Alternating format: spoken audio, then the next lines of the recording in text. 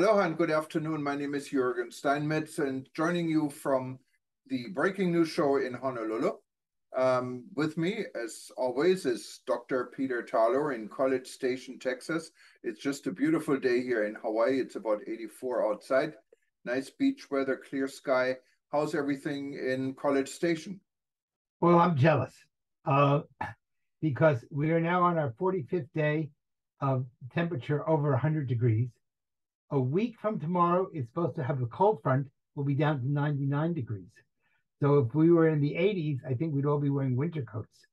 So uh, our all of the lawns, it hasn't rained for quite a while also. So our lawns are now a beautiful yellow. Um, and grass is kind of turning to hay. So this is much of the United States is suffering from a terrible heat wave, as is Europe. I just got an email from somebody in Portugal saying how many people were dying in the interior of the country, where it's more poor people live there. And again, uh, Europe is really having an incredibly hard time, as is parts of the United States. On the other hand, it is 60 degrees in Alaska. Well, there's always a place, right? It's always 5 o'clock somewhere, Peter. That's right. That's right. But it is definitely. No, it's cold in South Africa. We talked to our friend Walter, you and I, not too long Yeah, ago. He was sitting there with his winter clothes. right, right. Freezing. I'd be So very happy to have that type of temperature, not to 0 degrees Celsius, but it is warm here, to say the least. I walk every morning at 4 a.m. in the morning, and it's 80 degrees when I got to walk. And the sun is not going to be up for another 2 or 3 hours. well, let's enjoy as long as we can. And it's always nice. I always like when it's warmer, better than it's freezing cold. But I agree with you. It looks like in Europe, this winter is going to be a very cold winter, especially if the Russians shut off the gas. So that's going to be real. yes, let's hope this doesn't happen. And I guess some of the right-wing leaders, like in Hungary, are rather going to be friends with Russia again. So everything is shifting. And of course, having gas and oil is an important issue Well, for. of course, it's not just the right wing, because you had Angela Merkel, who was not far from right wing, was very good friends with the Russians, and put a lot and signed a major contract with them. So it's both. The Europeans need oil, and they don't have any resources, and they're going to go wherever they can go, Yeah. and they're not going to worry about ethics and morality. Europe never has. They're going to worry about heating their homes. In Germany, supposedly, and I haven't been there, you'll be there soon, but besides the fact that Germany is the highest rate of monkeypox in Europe, they're also about the possible need of shutting off the red lights and the traffic lights in Germany for lack of electricity. So I don't know if that will A lot of the happen. traffic lights really aren't necessary in many areas. It's the same anywhere in the world. I mean, I see traffic lights here in at 2 or 3 in the morning, and Germany is not shutting down traffic lights. They're shutting it down between like 2 a.m. and 5 a.m. I guess every little bit counts. But Well, it'll be interesting to see. Hopefully, they'll be able to maintain their electric grid and exactly. keep it going. Though And I do know they're talking more and more about switching to coal, which is going to really throw all the ecologists into a complete tizzy. that wouldn't be good news. But so far, Russia has not cut anyone off. They're still producing because they also need the money. So it's a back and forth, and we'll see where this goes. But how's your trip to Mexico is Well, coming up? I'm going to be in Mexico again this week. I'm actually working across the country, and I really think the Mexicans are trying to get a handle on the issue of security, and more I see that their leadership is starting to understand that there's needs for both a national um, security plan with obviously specifics on each area. So what I've suggested to the Mexicans is that there be, just like in medical school, all doctors have a set curriculum that they learn, and then they specialize in the heart or the liver, the hand or the foot or whatever it happens to be. Same thing is going to be needed in Mexico. We're going to need to have a general pattern that all tourism safety people know, and then we're going to need specifics so that if you're in the center of the country, you don't have to study beach tourism, but you might have to study mountain tourism. On the other hand, if you're in a port, then they will be very important to know beach tourism. All right. Yesterday or the day before, I believe 2 Americans drowned from were attacked by crocodiles in Puerto Vallarta, and so that seems to be a problem also in the United States. As you know, we don't have crocodiles in this country; we have alligators, which are similar species.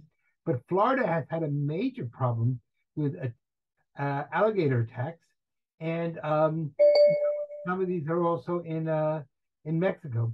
Having said that, the Mexicans are starting to take very seriously the fact that tourism cannot survive if they don't have a safe and secure environment.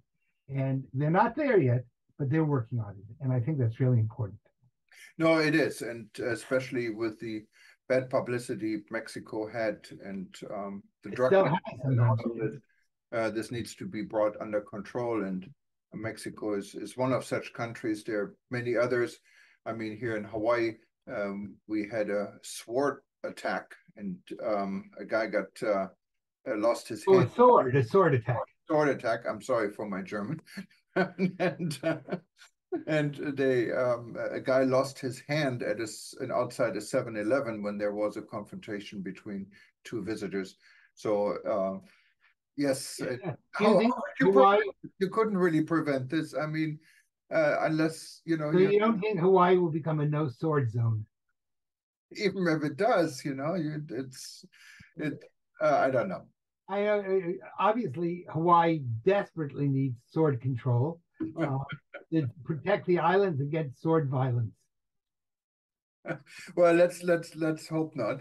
It's hard to bring such a sword to the island because it's to get it plane, so you can. Yeah, now I was wondering how it got there. But who knows? I actually have one. I brought it back from Mali many, many years ago. And I had it in my overhead luggage when I was going Royal Air Maroc and to Spain, changing planes to Lufthansa. And at Lufthansa, I had the police questioning me for an hour what I'm taking with me. So yes, I'm wondering how it got to Hawaii.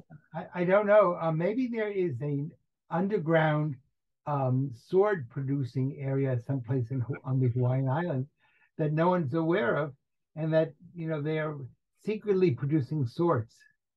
Yeah, but in all fun, it is a tragedy. I mean, Waikiki was one of the most peaceful places when I moved here back in '88.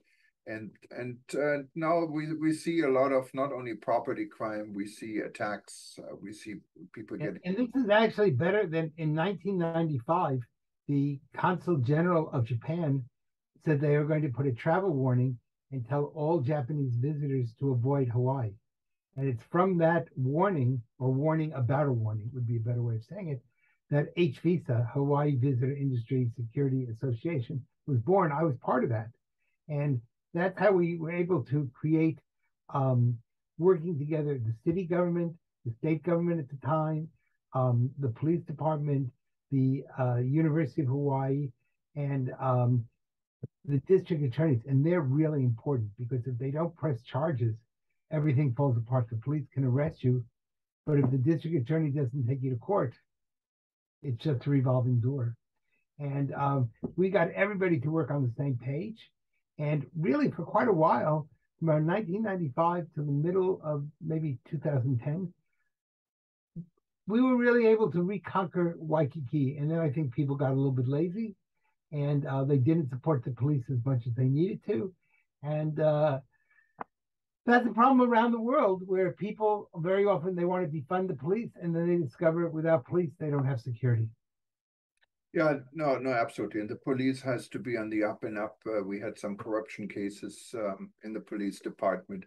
So all of this has to match and work in harmony, I guess. Yes, it is.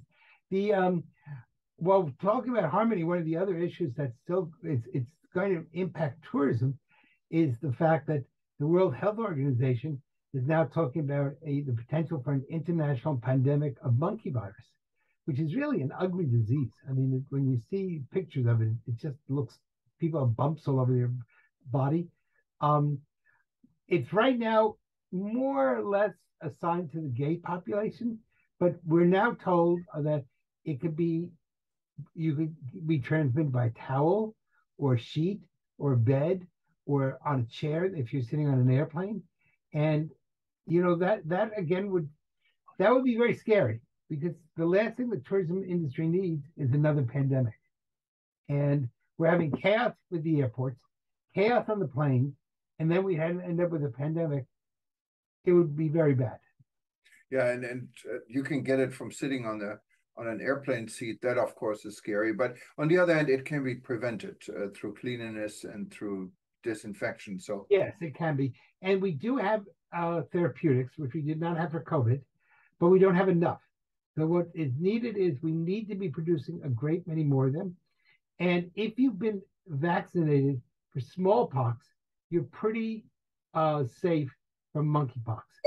Some people think that if they've had chickenpox, that will protect them. That's not true. So the chickenpox, having had chickenpox, you're still open to monkey virus. But if you have had a smallpox vaccine, hypothetically, those vaccines were good for life. Now, I had mine 70 years ago, and when I was 5 years old. So if it's still good 7 years later, I haven't tested it. The other thing, as you know, we've seen the first cases arising of polio in the United States, in New York. And again, the question is there a issue of safety of large numbers of people traveling from one country to another, and therefore we don't have a good health procedure to ferret these types of diseases and not allow them to become worldwide pandemics? Nobody, I don't have the answer. Yeah, we definitely have our share of health problems coming back, and that is something I guess we all didn't expect. You can probably predict economic situations, but you cannot really predict health scares like this. No, you have to be really astute to predict it. But the problem is, as tourism grows, as more and more people are traveling, the chances of a person bringing something that's infectious, an infectious disease from one place to the other, is somewhat challenging.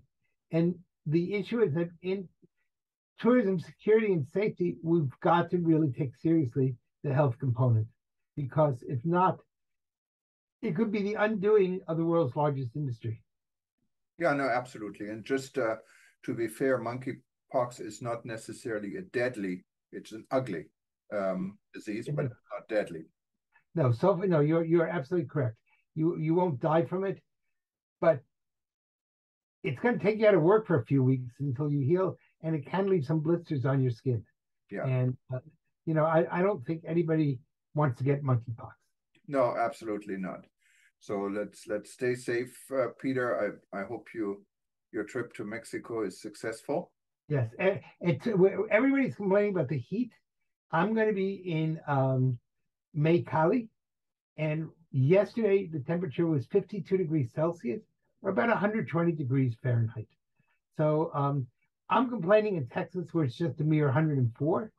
But my grandfather used to say, no matter what goes on that's bad, it can always be worse.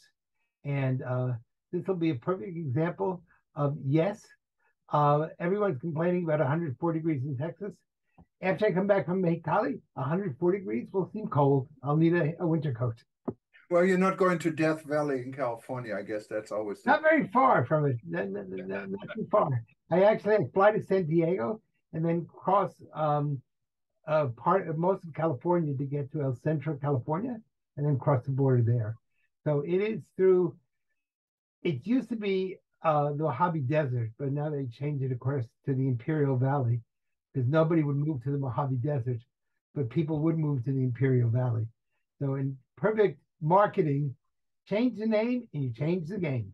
Yeah, I mean, it's a beautiful area. Of course, the heat, besides, it's kind of a very different landscape, I guess, you find anywhere else. Yes, it is. It is. It is. What else is news in the world of tourism? You were telling me something about Malta? Yes, we had an article from Julia Zarp. He used to be the president of Malta Tourism, and he's now someone who criticizes what's going on in Malta. His article we just published on eTurbo News will deal with the fact that Malta has become less and less friendly destination for tourists, that people Really? don't care. And there is a lot, and people no longer, even among each other, say hello or good morning. And there needs to be something needs to change. Tourism has changed the island, and he has some suggestions how to Is change. do they change? Is it over touristed? Is it oversaturation? Or is it that people just don't care, or they just don't want tourists? Well, I think Malta wants tourists, nothing against tourists, but they see it as a given, apparently, according to Julian. And you cannot see it as a given, you have to work for it. Sure. He There's thinks, always somebody else willing to take your visitors away from you. yes, absolutely. So it's an interesting story. Just go to eturbonews.com. You find it about Malta tourism. It's prominent. And there's a lot more. Of course, we're publishing today and have published. A strike at WestJet in Canada was just prevented. There was an agreement with the union, what I guess is good news. And we're going to have a story on monkeypox also coming up. So just take a look at it and keep up to date. Okay. Um, so we need to keep people healthy and well, and let's try to do a show maybe from the Mexican desert because that would be kind of an interesting place. I'll try to do it by some place that they have a temperature and show everybody the temperature range from. So that people say, "Oh my God, this poor guy is actually right now warmer in Mexico than it is in Saudi Arabia." Wow. Okay. Well, you have a good trip, and for everyone else, if All you right. you're watching Take this and care. you want to watch it again, just stay tuned because we're going to usually repeat it every 2 hours. Or you can always go to breakingnewsshow.com and you find all our various events. In the meantime, stay safe and enjoy your week. It's another week, and let's see what this week brings us. All right. And try to stay cool if you're in one of the heat waves around the world. We will. Thank Yeah, you. bye bye. Bye bye.